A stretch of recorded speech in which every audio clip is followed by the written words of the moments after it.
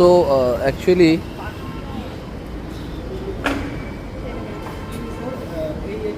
Yeah thank you. এটা ছিল আমার তরফ থেকে আমাদের অ্যানিভার্সারি একদম গিফট ফর ইউ।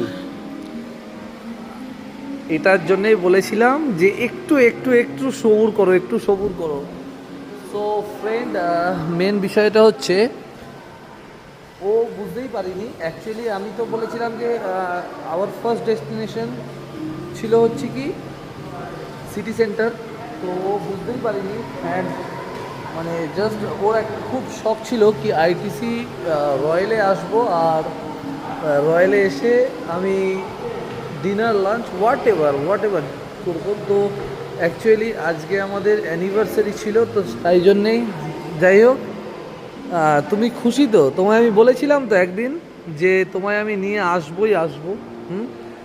আর সব থেকে বড় ব্যাপার হচ্ছে এইটা হচ্ছে এন্ট্রান্স, আর এইটা মানে কি বলবো, this is the royal staircase. তো এই সিঁড়িটার মধ্যে না মানে, আর সব থেকে বড় কথা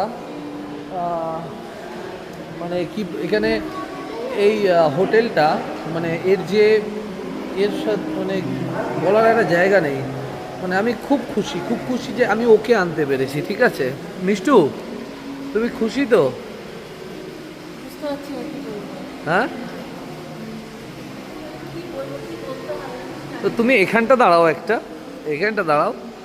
আর এর প্রত্যেক এর অ্যাম্বিয়েন্স মানে এর অ্যাম্বিয়েন্সটাই অন্যরকম। ইটস আ রয়্যাল, মানে এটা যে কেন রয়্যাল বেঙ্গল, রয়্যাল কলকাতা, মানে না এলে বোঝা যাবে না। হ্যাঁ, তো একটু এক্সপেন্সিভ, ওটা কোনো বিষয় না।